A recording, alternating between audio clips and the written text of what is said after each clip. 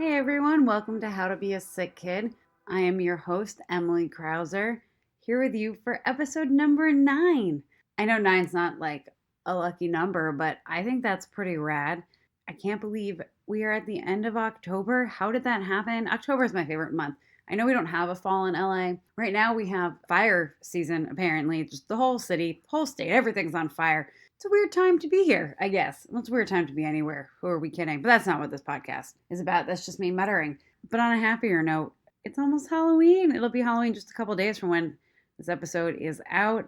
I hope you guys have your costumes. I do. I was going to be a little more creative maybe this year. Wanted to be Vanellope from Wreck-It Ralph because I freaking love that movie. And I really feel like Vanellope is my spirit cartoon. But my boyfriend Dan was like, I'm going to be Hopper because it's easy. So I just went as 11 and it was great. You get to wear a romper and it cost me $20 at Party City. So thanks Stranger Things for being awesome and having such an easy costume.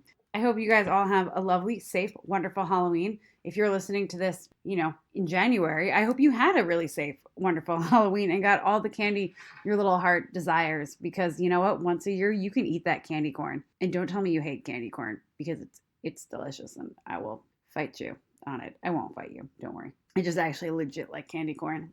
Don't like most sugar, but I don't know if our guest this week loves candy corn. I didn't ask her. I didn't think. Well, I'll follow up with her and ask. Our guest this week is Michelle Davella. She is rad. She is a breathwork teacher and an author. I discovered Michelle last year when I belonged to One Down Dog, which is a yoga studio here in Los Angeles. They have 3 different spots actually, and they're a great little space. They're like exactly what I wanted in a yoga studio. The instructors are great. Everyone's great. The space is really warm and welcoming. So I actually met Michelle because at One Down Dog, they do breathwork classes. I hadn't taken any workshops yet. I knew they ran a few of them, and I was really interested because I had never heard of breathwork before. I kind of wonder if I didn't live in Los Angeles, if I would have ever heard of it. But it's really, and it's not quite like meditation. It's not like you're just sitting there and breathing in and out. It's very specific work. So I was really grateful that Michelle was willing to come on the podcast and tell us all about it. We go into the heart of breath work, what exactly it is, and a really quick summary, which she's going to get into is it's basically like a journey of letting go and loving yourself and finding more space. You're embracing all the messiness and the pain and everything that's built up inside of you and finding a way to let it out, let it go. And I know that can sound a little woo-woo, but I know a lot of people who hate the woo-woo-ness and they're actually really into breath work or very interested in it. I like to think of it as a gateway. It's a good way to learn more about yourself, but also figure out if you want to do stuff that might push your boundaries a little further. So as you can probably tell, this is not one of our sick kid survivor type of interviews. This is an interview with a practitioner, which they're not necessarily going to be like one-to-one, where one week I talk to a sick kid, one week I talk to a practitioner. I like to think of them as little bonus episodes, little episodes for everybody where we can all learn new ways to just feel better about ourselves and tricks and tips and anything that can make your everyday life a little bit better. And that is what this episode is for. These practitioner ones are specifically so we can all learn a little bit about just how to feel better in our everyday lives versus what I like to think of as strict storytelling. So Michelle is our second practitioner episode. So before we get into the interview, real quick, this is actually the last one I recorded last year. I know at the beginning of the podcast, when we were first starting, I sort of ran through all of those.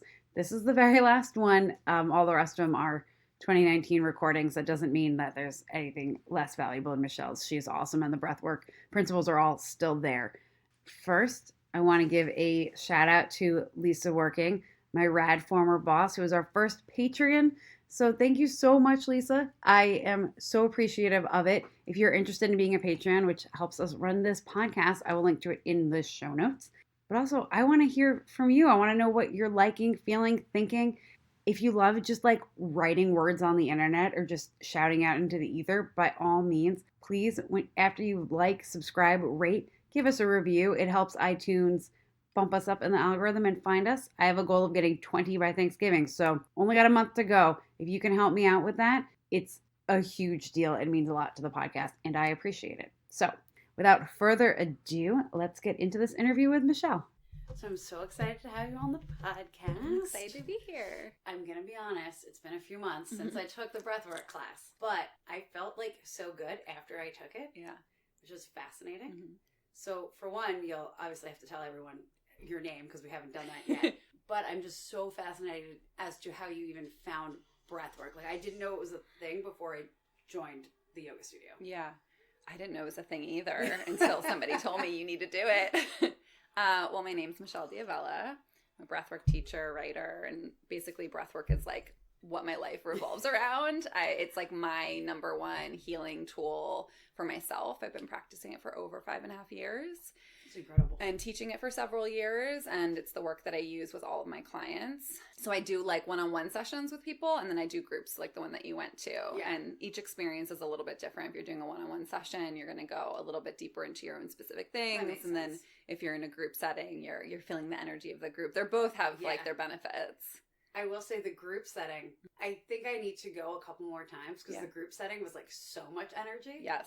They can be very intense. And when you hear other people, you're just like, am I doing it right? Yeah. But I feel like after a couple of times you would get it. But so how did you find it to begin with? Yeah. So I had really, honestly, so many tiny little synchronistic things that all came together that led me there. But the probably easiest way to tell the story is that I grind my teeth very badly. I have since I was like 13. Oh. Yeah.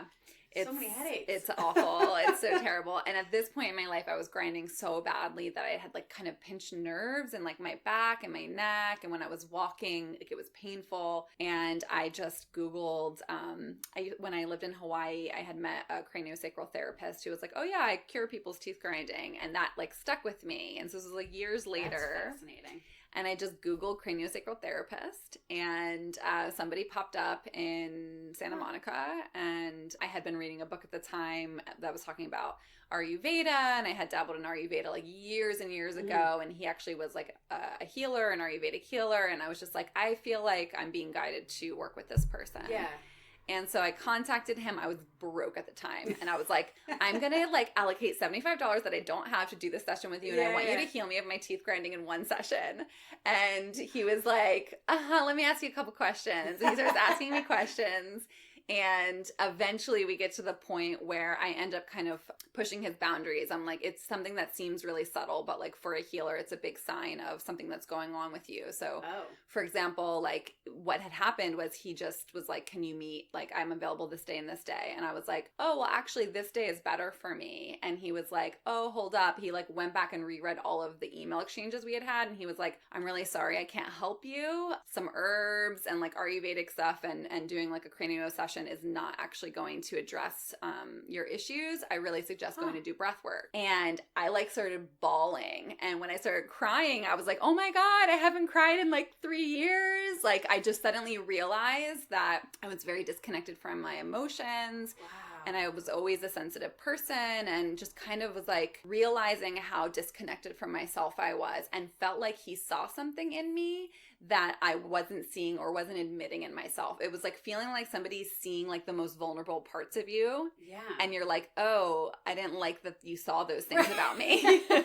What's amazing about that is that you were trying to figure out dates and then yeah, it was real. And when you get deeper into healing work, I mean, it's a boundary issue. Like so basically what he was getting at was that I was like very controlling and I wanted things to be my way. And that can be linked to teeth grinding actually, and some aggression in the body. And so he was like, you really need work on a deeper cellular level. And so you should be doing breath work. And I wrote him back and I was like, hey, I really think I should be working with you because I know best and I should be doing what I think I should be doing. Can you tell me like what it is that's actually going on that you're seeing that you don't think, why you don't think we should be working together? And he like laid it out for me and was like, you have trust issues, you have control issues, this work. From one meeting. We didn't even meet. It was from emails. What? Yeah. He like read me like a book. It was like super clear. And I was like, that's okay, incredible. I'll do it. I thought breathwork was going to be like I imagined honestly, because this was also like 5.5 years ago when like nobody was really teaching in studios in LA. Like now you can go to most studios and people are teaching breathwork. It's much more popular. But back then, even Googling stuff, I couldn't find any information. It was all about like holotropic breathwork or rebirthing, which are like kind of techniques that are different than what I do. They're similar techniques, but have kind of a whole lineage to them that's separate from the work that I do. And yeah, I was imagining monks like sitting quietly and like breathing very peacefully. And I was like, how is this going to change my life and not make me a controlling, person? That's generally what I think while breathing and meditation. Right. Which, is very different than the breathwork workshop. So who did you end up seeing then after? So I ended up working with this guy in Santa Monica who isn't local anymore, and he was trained through my teacher, who I ended up working with eventually down the line. I did a couple of sessions with this guy, and he didn't really tell me anything, to be honest. He was like, lay on this table, here's how you're going to breathe, and he just put music on, and that was kind of it. And I was like, oh, I feel sort of like high and like lightheaded afterwards. And I did a couple sessions with him. We didn't really talk about too much. Yeah. I just started to notice my life was shifting. I was like, wow, I feel different in my body. I feel like I kind of like myself more. And I was kind of presenting to other people as warmer, not as cold, not as like uptight. And so I was like, I think this is like affecting me, and it honestly, like, because it wasn't such a conscious thing, I think now it's a little different because people are talking about this is what breathwork does for you, and it's like marketed more. You can go on people's websites and see things. Back then I was just kind of paying attention to what was happening to me and noticing. So I didn't notice right away, but eventually I was like, oh, because I stopped doing it, and then I was feeling really shitty again. And so I was like, okay, maybe I should start doing this thing again. Yeah. And then found my teacher, David, who he's the one who started this work, and I started working with him and got trained and had no intention of facilitating this work at all. It just sort of ended up happening that way. Yeah, so you were doing it for you, but then for me. It sounds a lot like anyone who I've ever heard say they want to go through yoga teacher training, where like you just know when it's changed your life. And I was like, I'm waiting for that. Right. To find that thing. So were you doing any meditation before you got into breathwork? Yes. I had like a very rigid meditation practice. I was part of a spiritual organization for several years before that. This was like, I found breathwork. I joke that I was like part of a cult, but it kind of was a cult, but I was like kind of on the outskirts, but involved basically in this spiritual organization that was pretty structured and a huge emphasis on commitment. And I've always been the kind of person that can commit to things like pretty easily. Yeah. It's not really my struggle. So I was like very committed to a meditation practice for years before finding breathwork. So this is where, especially because I only did the one group class, and I've done a little bit of reading up on breathwork. But for those who have a meditation practice and are like, what is breathwork going to do for me, or how is it different? How did you come to find that breathwork was so much more beneficial to you after doing this whole meditation? Yeah. So different. So, I mean, for example, when I first started meditating, I couldn't sit, and meditation is a wonderful, powerful practice. Yeah. I couldn't sit for 5 minutes straight. Like, I was like... It's very hard. Yeah. I was like, get me out of my body. Like, this feels awful. I don't want to be in this. But I actually worked my way up. I did like a 24-hour meditation marathon. So I sat for 24 hours straight. 24 hours. Yeah. Like, it was not pleasant. No, that doesn't sound very pleasant. But, I enjoy meditating, but you come up with against a lot of the, mental activity in your mind that makes you question reality and sanity and all of that. Feels like a lot. And my life didn't really change after that, what I will say is that my experience with doing sitting meditation was that I found more peace in my mind over long periods of time. It took me probably a year plus to start to really feel solid benefits. And I'm not going to say that's everybody's experience, but for me personally, with sitting meditation, it wasn't doing what I needed personally for myself, which was to get in my body, to get connected to what was in my body, to connect to my emotions, to release all of the emotions in my body. So meditation to me is about, you're kind of quieting the mind and you're sort of living up here a little bit. Obviously there's different types of meditations that you can be doing. The ones that I was doing, it was just about, focusing on consciousness itself. And that's really it. And so what I needed was to get in my body. And so breathwork is what does that. Gotcha. Breathwork is a meditation for, connecting to the emotions in your body, raising your vibration, calling in more love, opening your heart. It's a very visceral, embodied experience. It's everything I hear about people talking about in podcasts. And I'm like, how do I get that too? Yeah. That sounds great. Especially I listen to one, do you listen to the Lively show at all? I used to years ago, but I'm familiar, yeah. She always talking about like lifting your vibration. Right. I was like, but how do I do it? I don't understand what that means. Yeah. So that's interesting because and a lot of it is like you can't fixate your thoughts on the negative either. So it's a lot of like combinations of things, which always seems complicated. Yeah, and the thing that I love about breathwork is that it's not about bypassing anything. And I know Jessica Lively is really into law of attraction, which can be misinterpreted for spiritual bypassing, and isn't necessarily. But what I love about this work is that it's about embracing, all of the parts of ourselves that we maybe like hide from, the parts of ourselves that aren't so lovely to look at, that feel really uncomfortable. Exactly. So it's the messy parts. It's, it's embracing all of the messiness. It's feeling the rage and feeling the shame and feeling the guilt and processing all of the grief in our bodies. All of that stuff lives in there. And it wasn't something that I knew even when I started to practice breath work. And it took me a long time. I had to move through a lot of the control stuff that was showing up in my body and feeling safe to even be in my body and feeling safe enough to even feel. And it's really, really powerful work for people who are sensitive. And I say, if you're listening to this and you don't consider yourself a sensitive person, like take it with a grain of salt, because I didn't consider myself sensitive either, because the world doesn't really value that quality. And a lot of us kind of train ourselves to not be sensitive to fit into the world. Put walls up. Right. It's easier than dealing with your feelings and issues. So sure. So yeah, this work ends up opening up channels and energy in the body and emotions that sitting meditations could never do for me. So at this point, do you just do breath work, or do you do a combination of both? I just do breath work. I can sit, to be honest now, like sitting meditations are much more enjoyable for me, but I don't really feel like I need it. Breath work is the tool that works for me. Oh, I'm getting a lot of kitty love right now. Yeah, there's a lot of cat happening. Butt in the face.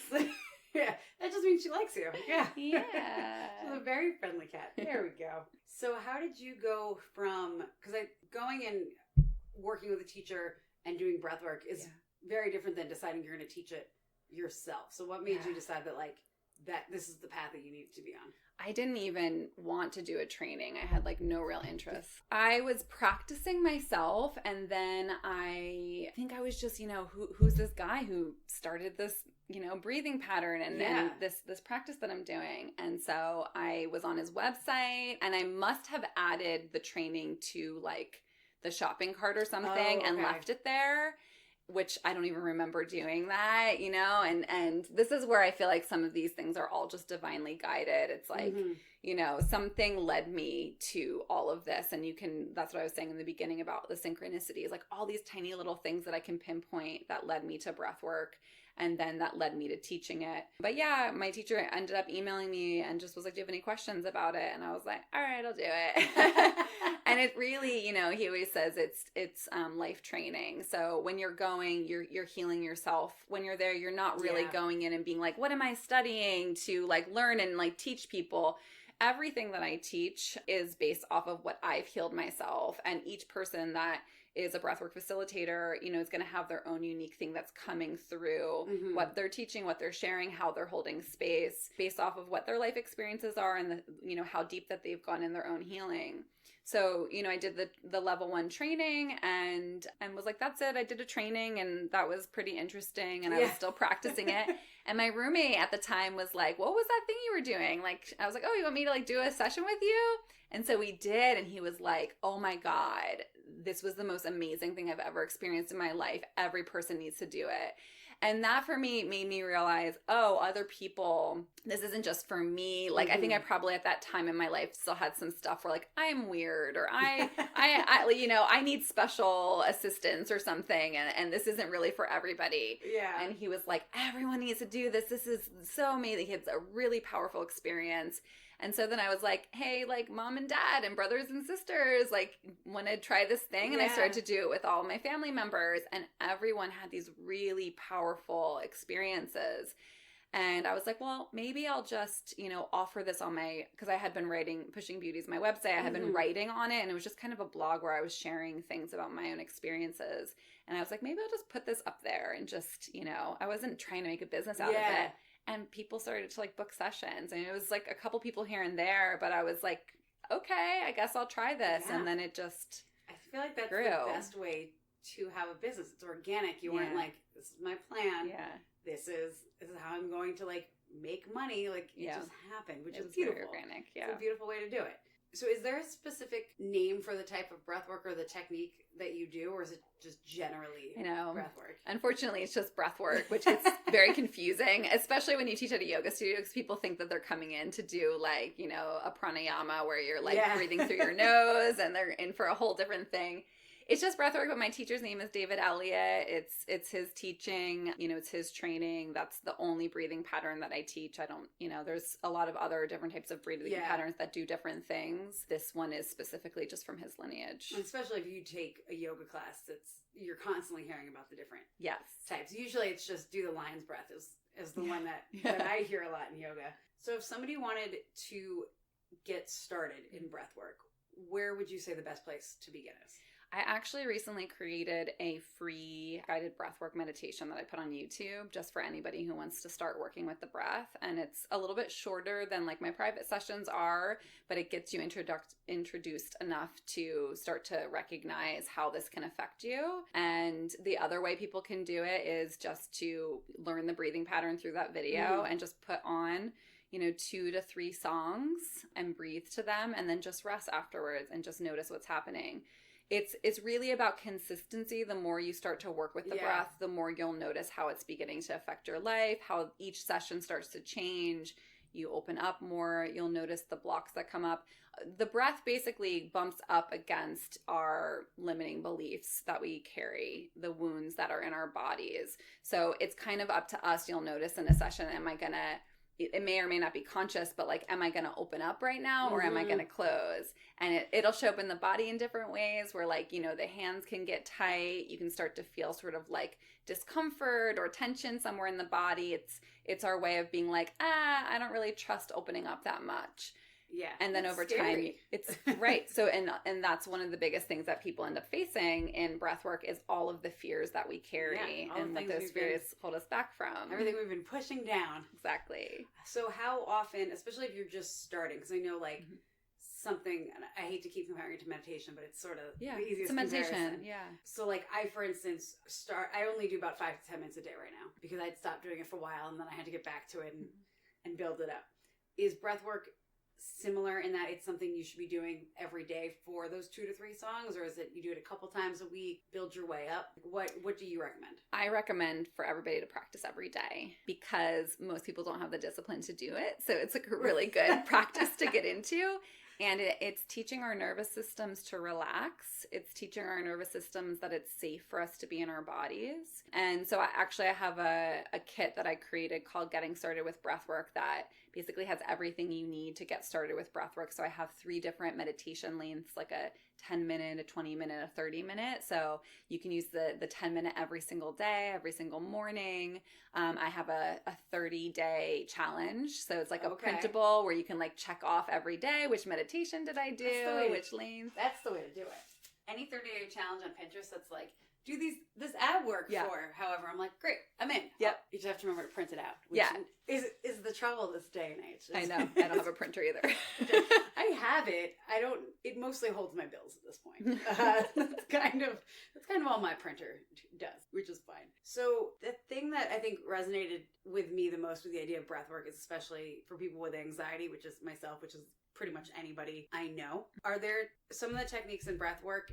Are there things that like people can do during the day to sort of alleviate their anxiety?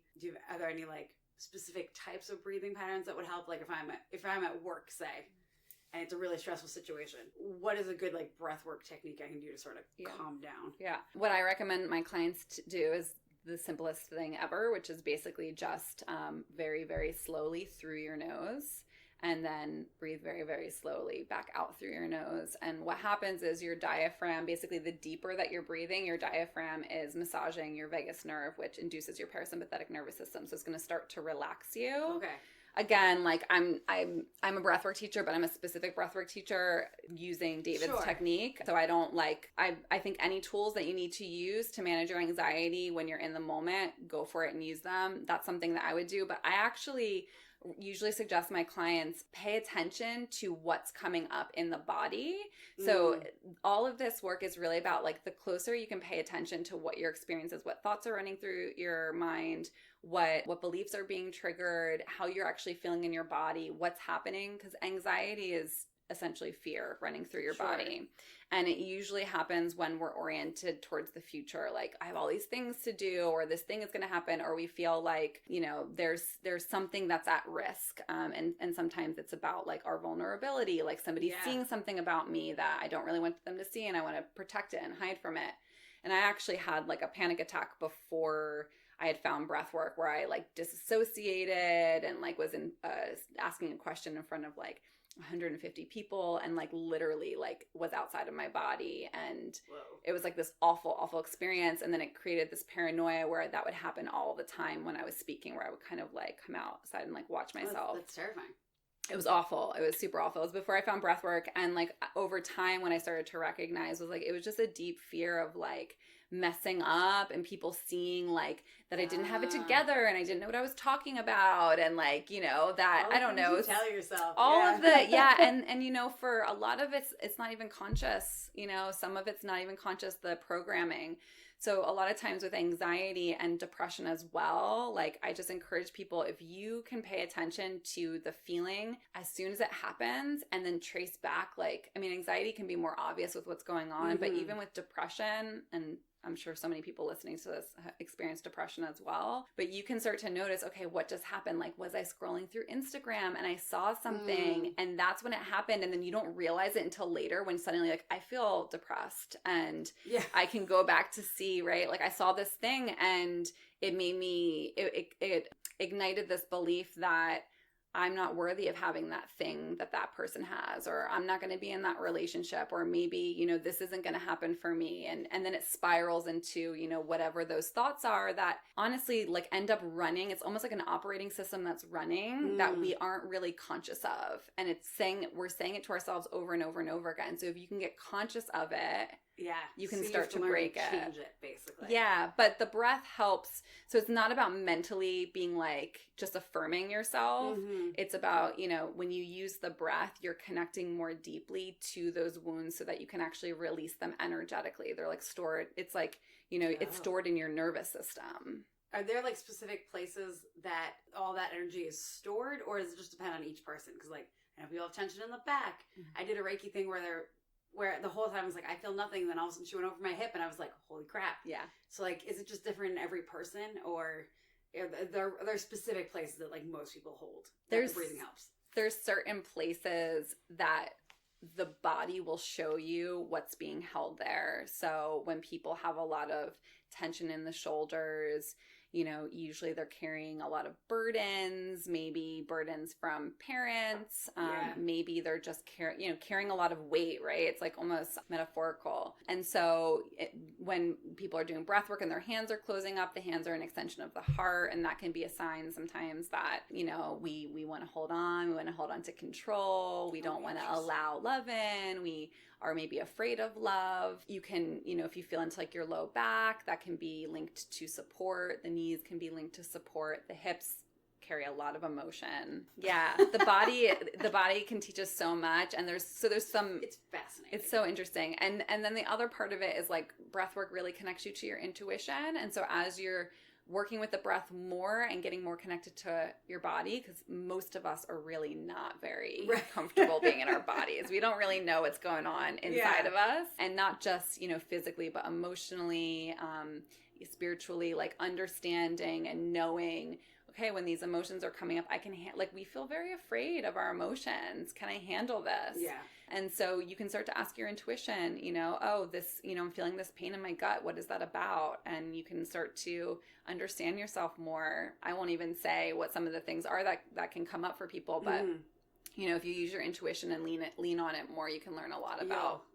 Listen to yourself, basically. Exactly. One of the things I will say with having many an illness over the year the years is that sometimes some doctors will tell you like some things are in your head, but other things like you break a bone, that's a physical pain, and there are certain illnesses that come up that truly are physical.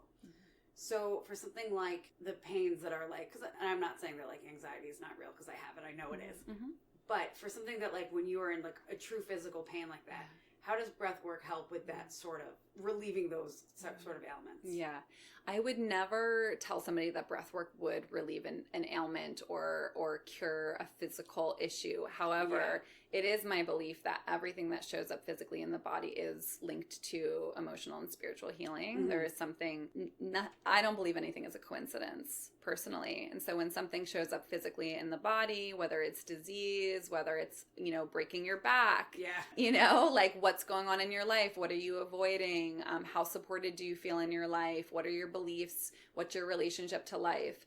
So, it's I call it like the long game of healing. Like it's not do breath work once or twice and then, boom, like I'm healed from everything physically, mentally, emotionally, all of it. To me, this work is lifelong work. It's a tool that I'm always going to be using. There's no finish line, So physically, I think that what it can do is start to teach you about what your beliefs are about yourself, what your relationship is like to yourself. I mean, I don't know how spiritual your podcast is, but I'm a very spiritual person and my work is spiritual. And so I would say fundamentally, what's your relationship, you could say spiritually or to life itself. Do you really want to be here? Yeah. And I think that a lot of us are kind of caught in the game of capitalism and survival and trying to be happy and not really knowing how to do it and make it work. And I think a lot of us are deeply unhappy. And that's how I felt before I found breathwork. I was like, holy shit, I am miserable. And like, I didn't really believe that I was, and I was. I was doing a whole bunch of stuff that I didn't really want to be doing, which is kind of a classic story, I feel like now with all these podcasts and stuff that come out, finding your way. So the physical, we're all the same. We are. Yeah, we're all struggling with a lot of the same things. I think as well, especially being in, I know LA happens to be a more spiritual city, and there's like a reason people make jokes about kale all the time. Right. And we have a yoga studio in every corner. So like, LA is a very interesting place because it's still a massive city and you still have all the issues that come with a city and all the people, but then you do have all this like spiritual work and just sort of, I lovingly call it like the woo-woo world. Right. But you have that everywhere, and it's I think LA is such an interesting dichotomy. Yeah. Because like, how do you balance being in a city, but then also going to all the yoga things and like figuring out your life, and if you're unhappy in the city, like it's it's interesting. Yeah, and it's funny because I mean I've been immersed in this work for so long now, but if you were to walk into a breathwork workshop and you were like a quote unquote non woo woo person or non spiritual person, right?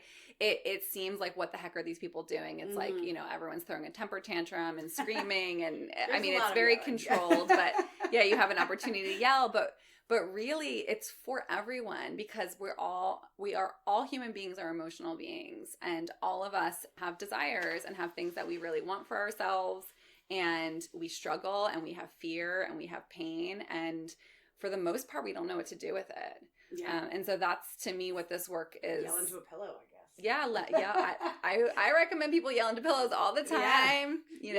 Ghosts. Yeah. I will say that was actually the only thing I struggled with in the group. Yelling. Was the yelling. I was like, I don't know how I feel about this, about yelling with strangers. Yeah.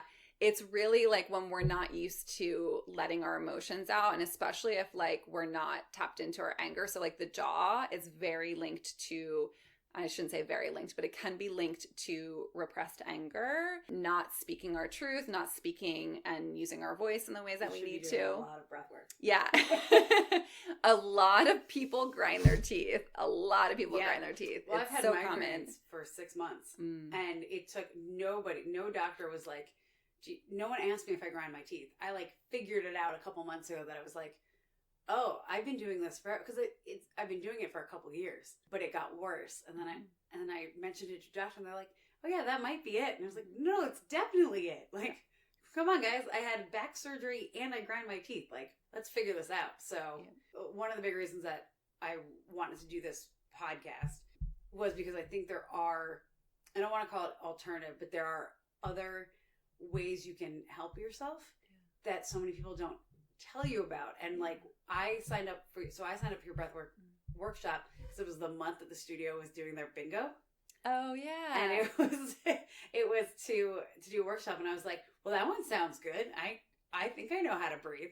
But it was so fascinating to walk in and be like, I didn't know. Like, who knew what it could do? I have to like talk in a group too and be seen. Yeah. And like, I can talk forever, but it is weird when you like first sit in a group and you're like, oh, this is like summer camp. Yeah. I need an icebreaker. Yeah. Which is very interesting. Because you already mentioned when you, with your friend and then with some family that like, it sounded like one breathwork session, they were pretty much sold. How long, and I know this is going to be different for every person, but is there like an average that you think people start to see results, or like, I don't know if it's like a week, they're like, oh yeah, I definitely see the benefits, or do almost everyone you see within like a day, they feel it? Most people will open up during a session with me because I'm kind of helping facilitate and facilitate the opening. I'll have them say certain things. I'm watching what's happening in the body. It's like kind of an art of orchestrating getting the energy to open. So most people in a private session will open up enough to have an experience where they walk away from it and they're like, whoa, that was something.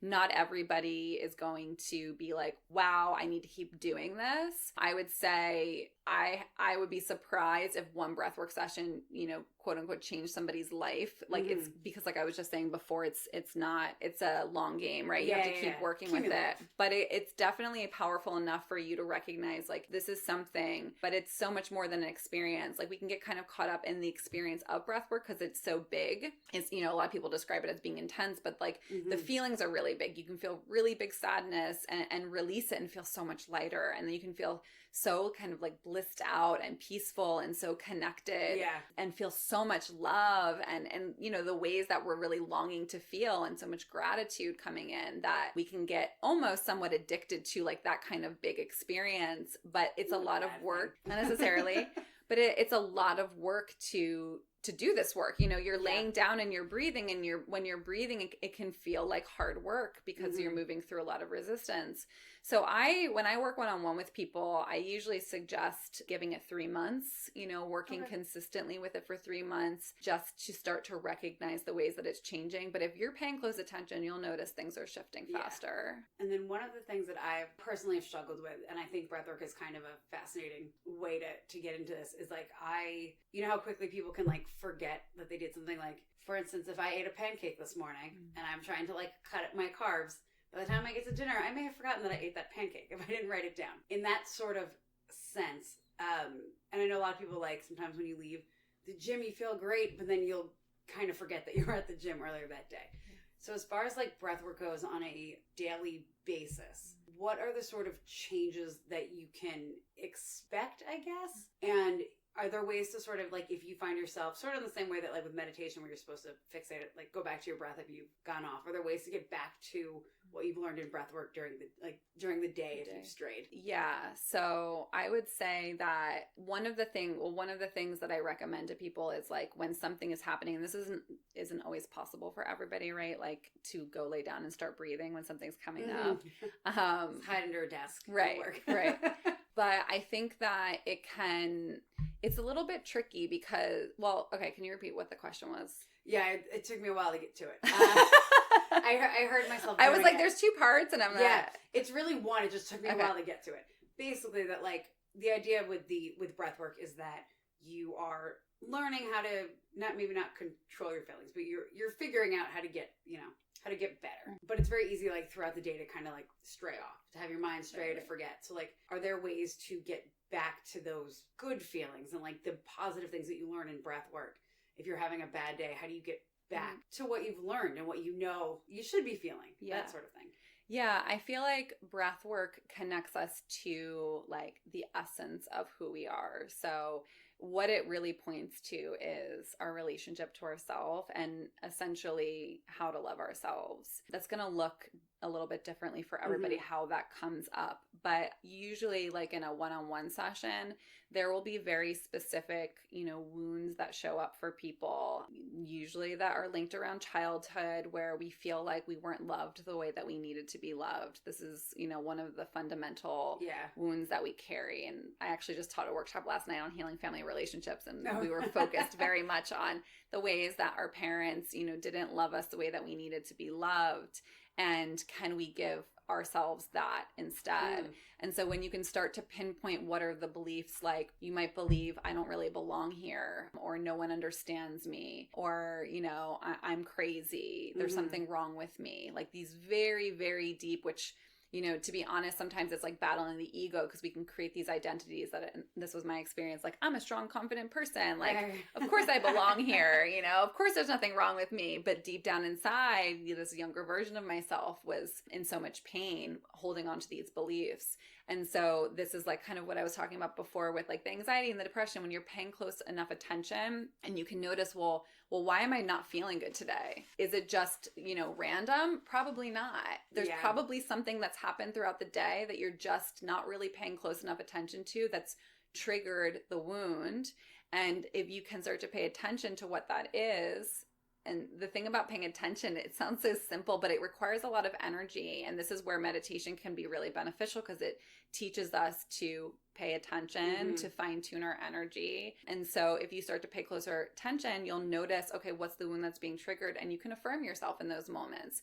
And that's the process of self-love. Breathwork is the tool. The work that I really teach is learning how to love yourself. And learning how to love yourself is the moment to moment. It's in all of those experiences when we're feeling kind of shitty during the day. How do we treat ourselves? Are we saying like, well, you didn't do a good thing because you ate 2 pancakes, or you didn't go to the gym, or, you're, binge watching Netflix and you could be doing X, Y, and Z. You're not being productive enough. All of that stuff is making us feel really crappy. Oh, sure. Social media does not help. The social media doesn't help, but at the same time, social media is a relationship, and we have a tendency to be like, oh, Facebook is so bad or Instagram is so bad, and they can be problematic in that, like, we can get addicted to them. And of course there's definitely like people present the best version of themselves or whatever, but it's really our relationship to ourselves, and we can actually learn a lot about ourselves through social media. Well, why do I feel shitty when I'm on Instagram? Like maybe it's that I'm getting sucked into it, and like that doesn't feel good, that I'm like wasting an hour on Instagram and don't even realize it. But maybe it's because I'm seeing some stuff on there that I'm like, oh, I can't have that life and I really want it, and I believe I can't have it. I would hope that breathwork would help you get to the point where it's like, no, you can have whatever life you think you want. Yeah, that's the issue is always what you think you want and what you can have and what you're telling yourself you can't do. So it's I assume it's a lot of like breaking through. Yeah, breaking through those barriers. It's connecting you to possibilities for your life, to who it is who you really are, that you have purpose, that you're here for a reason, that you belong here. All of those foundational things that basically undermine our sense of self. Yeah. So, once you start to recognize, it's all about confidence, right? And it's not a false confidence, because you're actually really integrating it in your body and in your nervous system.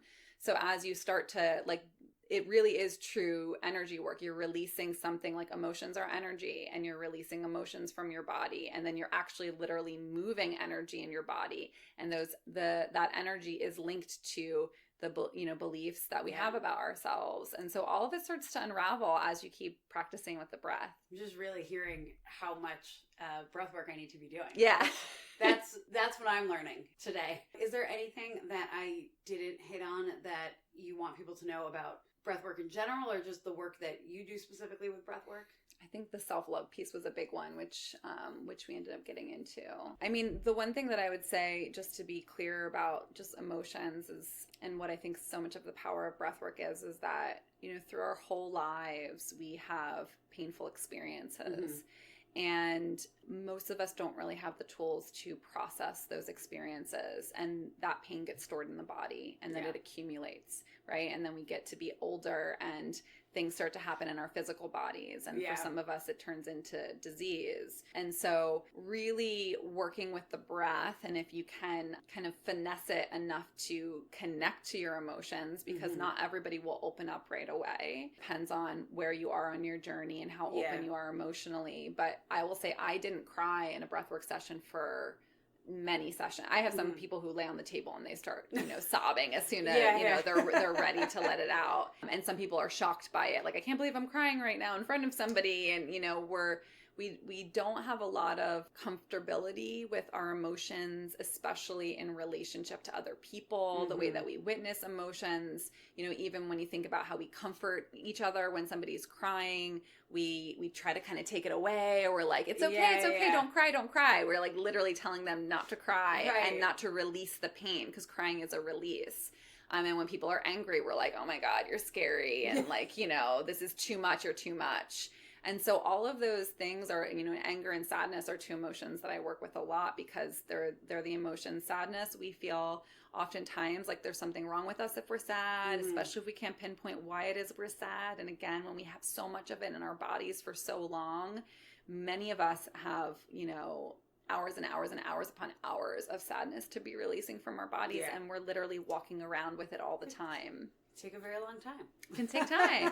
It's a journey, and the thing I will say about that, because a lot of my clients struggle with just wanting it to be better, wanting it to be better. I love the better magic pill. That sounds great. Yeah. And honestly, our resistance to the process creates so much more suffering for ourselves. So if you can, just face it and be with it and accept whatever it is that you're feeling, and just let yourself learn from it and be uncomfortable. Yeah. Feel the discomfort, feel the fear.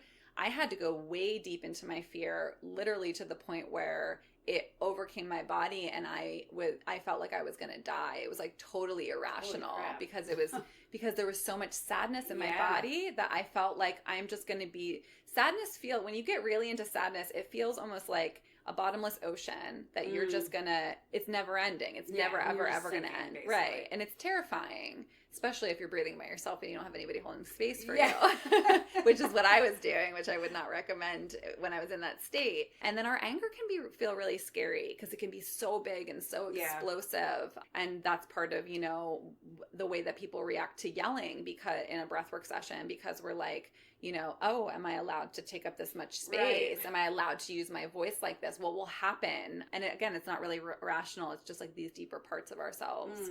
So the breath really helps to connect and sort of like dig into all of those little places in our bodies where all of the pain has been stored through our lives, and pull it up and release it.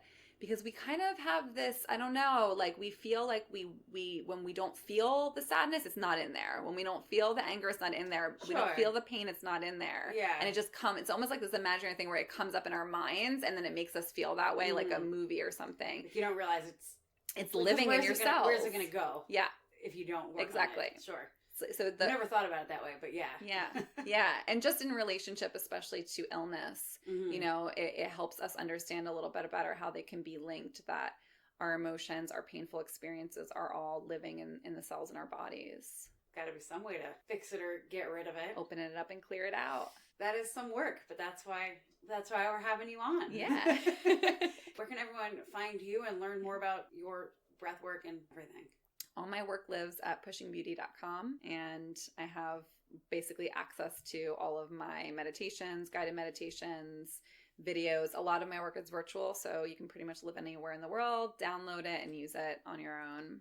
Technology, man. Yeah, and I work with people one-on-one virtually too, all over the world. So that's awesome. Well, thank you so much. Thank you for having me. And that was our episode with Michelle. I hope you guys dug it. Learned a little bit, gonna find out a little bit more about breath work. I will link to all of Michelle's breath work goodness in the show notes.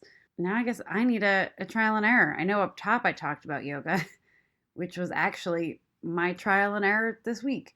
I was a member at One Down Dog for about a year, and at the beginning of the year I decided to no longer do it because I couldn't figure out if yoga was working for me, because I had joined right after my back surgery. And I was just like tight all over, and it wasn't working at the time. It has nothing to do with the studio. The studio was lovely. It has to do with my body being dumb. So I joined a gym and I went for like 5 weeks, and then like most people just never went back again. And I finally decided that starting this week, that each month I'm going to try to do a new little goal that I have to set for the whole month. So it'll be like little baby steps. So my goal, even though I used to be way more active than this, right now my goal is to get to the gym twice a week. I just started Saturday, so we're at one. I took a yoga class. I have to say the trial and error portion of this was that I'm glad I got there. The class was real weird, and my instructor was real weird. And one of my biggest issues with yoga will always be when they're like, your body is a sacred temple and love it, and there's no harm and all this stuff. Because if you're a cancer survivor or survivor of anything, and you hear people talk about how your body is a machine, you sort of want to smack them. And I know they mean well, and I know there's like a whole practice about thinking positive and whatnot. This isn't even that. There's some sensitivities we have as survivors. It's one of the many things we talk about here on this podcast. But at least I went. I got one more to get to this week. Hopefully my report for you next week will be that I freaking did it. I would love to hear what your guys' trials and errors have been. I also want to hear what you were for Halloween because, as we've discussed many times, it's my favorite. It's the best holiday ever. So there are so many ways that you can chat with us. We are on Facebook and Twitter at How to Be a Sick Kid. We are on Instagram at Sick Kid Podcast.